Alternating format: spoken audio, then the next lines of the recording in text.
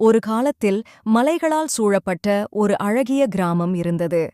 அந்த கிராமத்தில் மக்கள் சாந்தமாக வாழ்ந்தனர்.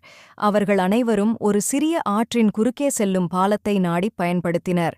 அந்த ஆறு ஆழமாகவும் பிரம்மாண்டமாகவும் இருந்தது. அவ்வாறு அந்த கிராமம் மட்டும் துல்லியமான சுகமாக இருந்தது. ஒருநாள் அந்த கிராமத்தில் 4 நண்பர்கள் இருந்தனர். ராமு, சீதை, கிருஷ்ணன் மற்றும் மீனாட்சி. இவர்கள் எல்லோருமே சிறிய வயதில் இருந்து ஒரே பள்ளியில் படித்தவர்களாக இருந்தனர். அவர்களுக்கு ஒன்றே 4 நண்பர்களாக இருந்தனர். சீதா, கிருஷ்ணன் மற்றும் மீனாட்சி, நமக்கு பள்ளி விடுமுறை வருகிறது. நாம் அனைவரும் காட்டுக்குள் செல்வோமா? அந்த காடு மிகவும் பெரியதாகவும் பிரம்மாண்டமாகவும் இருந்தது. அந்த காட்டில் பல்வேறு விலங்குகள், மரங்கள் மற்றும் பறவைகள் இருந்தன. அவர்கள் அனைவரும் கூட்டி அந்த காட்டுக்குள் சென்று பலமுறை பல வகையான மரங்களைப் பார்த்து, விலங்குகளைப் பார்த்து மகிழ்ந்தனர். சீதா, மீனாட்சி, கிருஷ்ணா, வாங்க, நம்ம அங்க போய் பார்க்கலாம். அங்க ஒரு குகை இருக்கு. வாங்க, நம்ம அதை போய் பார்க்கலாம்.